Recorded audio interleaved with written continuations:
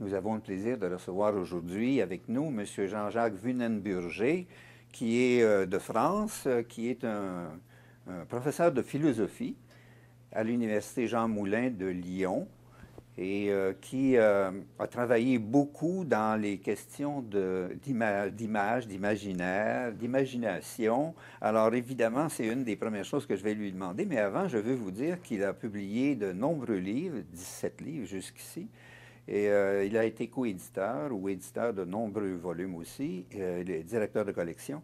Et je lui fais rapidement un total de ces articles publiés qui sont de l'ordre d'au moins 200 articles. Donc, il connaît plutôt sa matière depuis de nombreuses années. Alors, on est très, très heureux de l'avoir avec nous. Il s'est intéressé beaucoup aux approches des structures et des fonctions des images, des symboles, des mythes. Il a étudié aussi les rapports entre les mythes ou l'imaginaire et la rationalité philosophique, c'est-à-dire est-ce qu'on doit porter plus d'attention à tout ce monde imaginaire un peu difficile à cerner ou plutôt à être plus proche d'un monde rationnel et bien organisé? Alors, la première question que j'aimerais vous poser, M. Vunenburger, c'est un des titres d'articles, pas des titres d'articles, mais des genres d'articles que vous avez publiés. Vous avez publié beaucoup sur l'image, l'imagination et l'imaginaire. Est-ce que vous pouvez nous distinguer les trois termes et à quoi ça réfère? Oui, merci en tout cas de me recevoir. Je crois effectivement, vous avez bien indiqué le point de départ de mon trajet de philosophe, qui était de comprendre non pas les pratiques de la raison de manière interne, mais essayer de montrer comment la raison s'alimente en quelque sorte par ce qui est en dessous d'elle, c'est-à-dire le psychique, les affects, les images, et même en dessous des affects, tout ce qui vient du corps, de la motricité. Par là, d'ailleurs, je crois que je rencontre beaucoup de travaux des philosophes du XXe siècle qui ont essayé, Merleau-Ponty, Bachelard, de replonger en quelque sorte l'intelligible dans le sensible, la rationalité dans la sphère des images. Alors, pourquoi prendre le mot image comme terme premier? Mais parce que les philosophes s'intéressent aux représentations et au travail que l'esprit fait sur les représentations. Et il y a deux interprétations, si je puis dire, des représentations dans la tradition philosophique. Pour une première tradition, il y a une séparation d'emblée des représentations issues du sensible qui nous donnent des images secondes appauvries et qui se distinguent radicalement des représentations conceptuelles, abstraites, qui seraient source de vérité. On va chercher ça chez Platon, finalement. Oui, déjà, et ça va continuer dans le grand rationalisme européen. L'autre tradition consiste à dire que ce sont les représentations imagées qui sont premières et que les représentations abstraites qui vont produire une intelligibilité logique et discursive sont issues de la transformation de ces images par un mouvement contrôlé et par une recherche volontaire.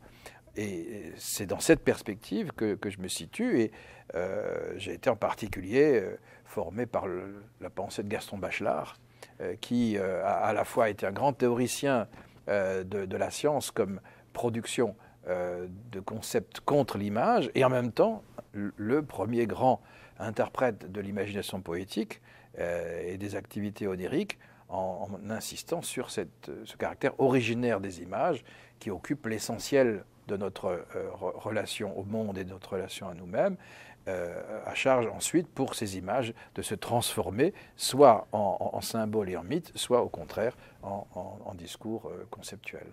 Et à ce moment-là, vous placez le travail de l'imagination de quelle façon pour que ça aboutisse à l'imaginaire? Alors l'imagination, effectivement, c'est la partie de l'activité psychique et intellectuelle qui transforme les images, qui pose des images et les transforme. Alors il y a deux types d'imagination, je crois, depuis la Renaissance et surtout depuis les distinctions faites par Emmanuel Kant. Soit cette imagination reproduit le monde perçu en son absence et ouvre le chemin à la mémoire. Et il y a dès lors toute une élaboration d'images secondes qui nous permettent de garder présent dans notre esprit ce qui s'est absenté. Mais le réel source reste en quelque sorte le référentiel. Soit au contraire, l'imagination est productrice ou créatrice, et à ce moment-là, elle engendre mentalement d'abord, et éventuellement par extériorisation à travers des œuvres, elle objective des images nouvelles qui vont au-delà du réel, qui vont au-delà de ce que nous avons perçu, et qui crée à ce moment-là un monde symbolique qui va être source de pensée, source d'émotion, source de production, d'œuvres plastiques ou d'œuvres musicales, etc. Et c'est ce que vous allez appeler l'imaginaire? Alors l'imaginaire, c'est un terme assez équivoque aujourd'hui parce que tantôt il représente la totalité des images d'un individu ou d'un groupe, tantôt, et c'est un peu ce que je voudrais retenir, il a un sens plus restreint dans la mesure où je l'oppose à deux autres termes. Le premier, c'est imagerie. L'imagerie, c'est en quelque sorte toutes les images, j'allais dire, photographiques du réel. C'est le réel en tant qu'il est reproduit par des moyens naturels, l'esprit, ou par des moyens artificiels, la photographie, le dessin, etc. Donc ça, c'est de l'imagerie du monde. Il y a également un terme qui s'appelle l'imaginal, qui a été forgé par quelques courants d'herméneutes, en particulier Henri Corbin, à propos de l'interprétation des phénomènes visionnaires de la spiritualité religieuse. Et l'imaginal désigne à ce moment-là des images qui ne viennent pas de nous, qui ne sont pas produites par mon individualité, mais qui s'imposent en quelque sorte à l'esprit. Ce sont des images archétypales, ce sont des images visionnaires et qu'on trouve dans toutes les grandes littératures spirituelles et mystiques du monde. Alors entre les deux, il y a l'imaginaire, c'est-à-dire la manière dont je vais organiser et faire vivre des images créatrices, des images qui sont élaborés par moi, au-delà du réel, mais qui font mon monde de souvenirs, mon monde d'anticipation, mon monde de rêverie vers l'ailleurs, et qui vient s'introduire en permanence dans mon vécu et qui interfère avec ma vie, avec mes humeurs, avec mes mélancolies, avec mes espérances, mais qui se nourrissent justement de cet imaginaire.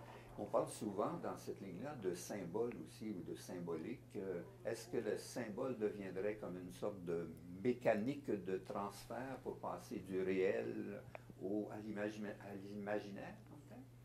En tout cas, je crois que la notion de symbole désigne une catégorie d'images, les images symboliques, en tant qu'elles ne sont pas justement des images duplication du réel, mais en tant qu'elles présentent une réalité figurative, mais dotée de valeurs affectives, valeurs émotionnelles, et dotée d'une pluralité de significations.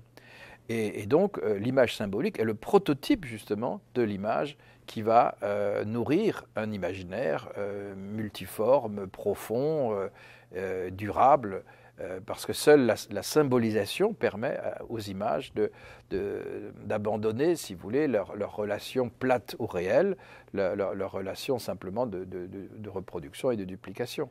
Donc c'est notre puissance de symbolisation des images qui nous donne la puissance de l'imagination. Et quel est le mécanisme à la base de cette capacité de symbolisation chez les humains?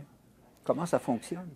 Alors, je crois qu'il y a évidemment à introduire un intermédiaire qui s'appelle le langage.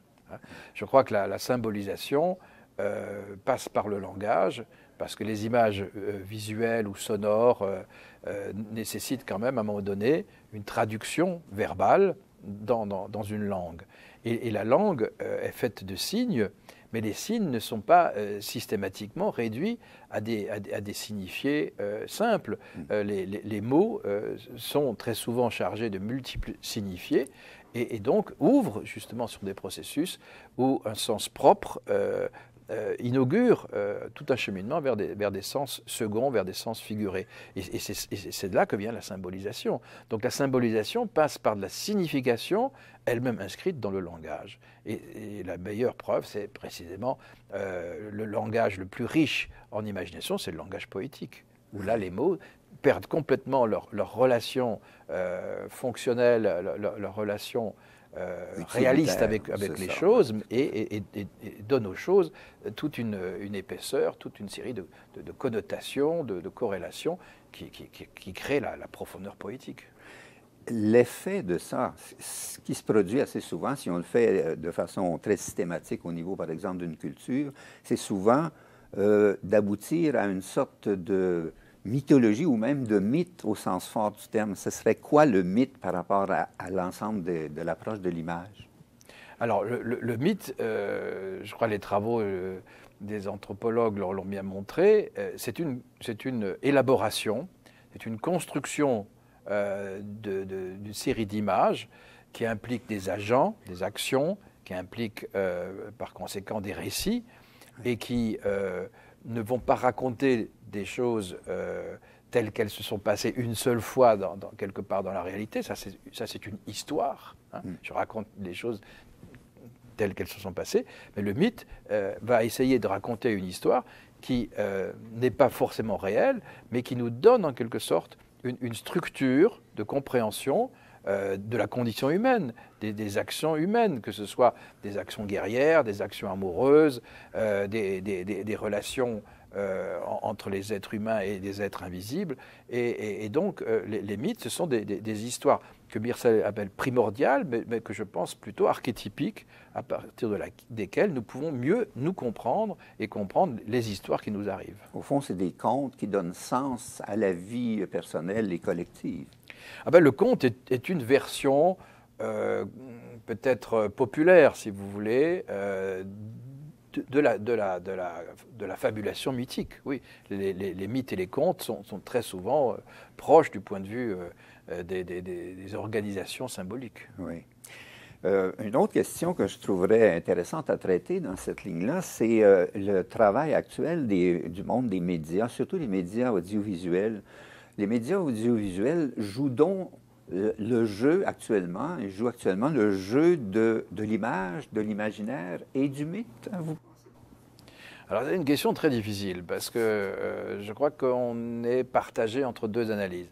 La première, c'est que le monde audiovisuel nous offre un spectacle externe d'une surabondance d'images fixes et mobiles, surtout mobiles évidemment, les films, la télévision, le cinéma, etc. Et maintenant tous les autres écrans mobiles.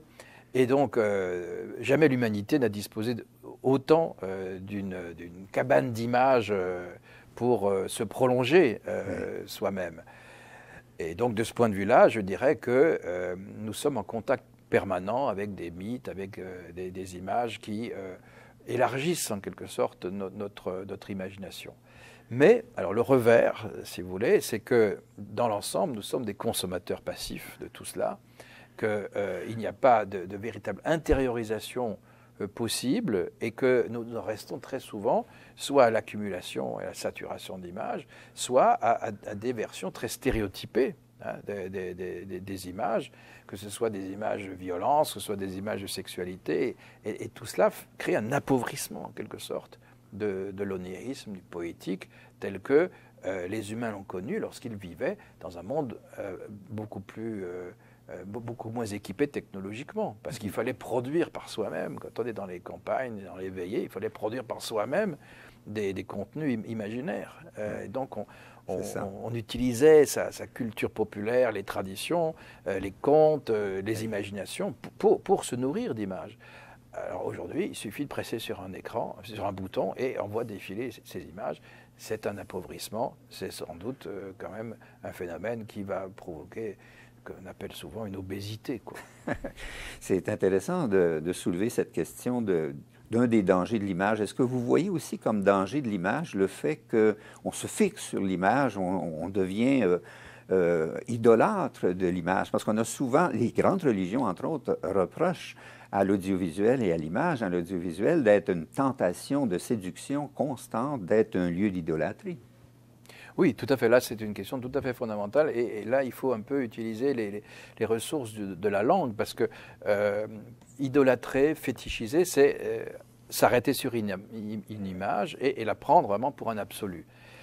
Alors, on se dit qu'à partir du moment où nous sommes entourés d'images mobiles, il n'y a plus de fétichisme. C'est vrai qu'on peut prendre une statue pour une divinité et l'idolâtrer et donc effectivement tomber dans cette défiguration de la fonction de l'image. Mais en fait, je crois que face au monde audiovisuel qui nous alimente en images qui se ressourcent en permanence, il y a ce même phénomène de tétanisation, d'absolutisation, non pas d'une image, mais du système des images. Et je crois que notre attitude par rapport aux écrans est un phénomène d'idolâtrie, et même un phénomène un peu d'addiction, d'addiction, de véritable drogue qui fait que nous n'avons plus de liberté intérieure parce que nous sommes dans un système où nous prenons l'image comme source permanente de nos activités psychiques. Donc la consommation d'images aujourd'hui est source effectivement, non pas d'idolâtrie d'une image, mais d'idolâtrie de l'écran. De l'écran. En regardant le titre de vos travaux, j'ai trouvé un titre qui m'a provoqué pas mal, qui s'appelle « La fête, le jeu et le sacré ». Et quand on pense au monde des médias aujourd'hui, on pense au fond au monde de l'entertainment, c'est-à-dire du divertissement, le monde qui est là pour détendre les gens, pour avoir du plaisir. Qu'est-ce qui reste de ce monde-là une fois qu'on a passé à travers? Est-ce qu'il y a des profondeurs possibles au niveau symbolique ou bien si ça demeure purement superficiel à la surface des choses? Qu'est-ce que vous en pensez?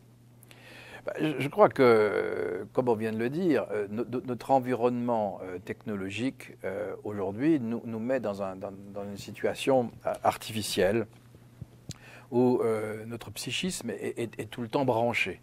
Il est branché sur de la relation sociale, il est branché sur de l'information, il est branché sur des défilés d'images. Et donc, il y a manifestement une menace sur notre intériorité et sur notre liberté. En ce sens, effectivement, je crois qu'aujourd'hui, un vrai amoureux des images devrait prôner une certaine ascèse de l'image et une capacité de temps en temps de faire du jeûne de l'image.